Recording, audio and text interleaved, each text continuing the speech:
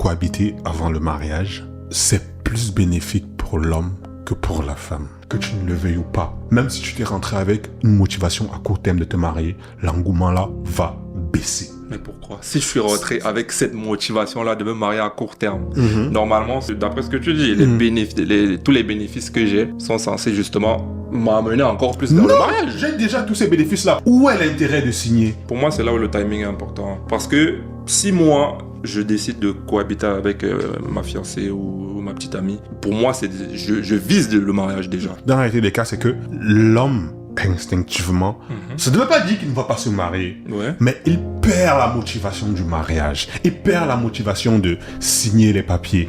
Et qu'est-ce qui se passe dans l'esprit de la femme? C'est que dans son mindset, le mariage bascule. L'anneau là, ça bascule en mode objectif de vie.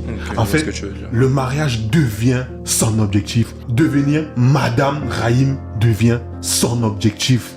Elle perd en vue le fait que, en fait, le mariage c'est un moyen pour atteindre son objectif et non pas l'objectif en soi et non pas la fin en soi. Mais elle commence instinctivement dans son esprit à faire du mariage la fin en soi. Elle voit le temps qui passe et elle se dit: oula, j'ai pas envie de faire comme les autres couples. J'ai pas envie de finir comme les autres meufs où j'ai perdu mon temps avec ce mec-là. Je lui ai fait des enfants, mais finalement j'ai perdu mon temps. Et du coup, qu'est-ce qui se fait? Elle commence à te mettre la pression. C'est quand tu m'épouses, c'est quand tu vas voir mes parents.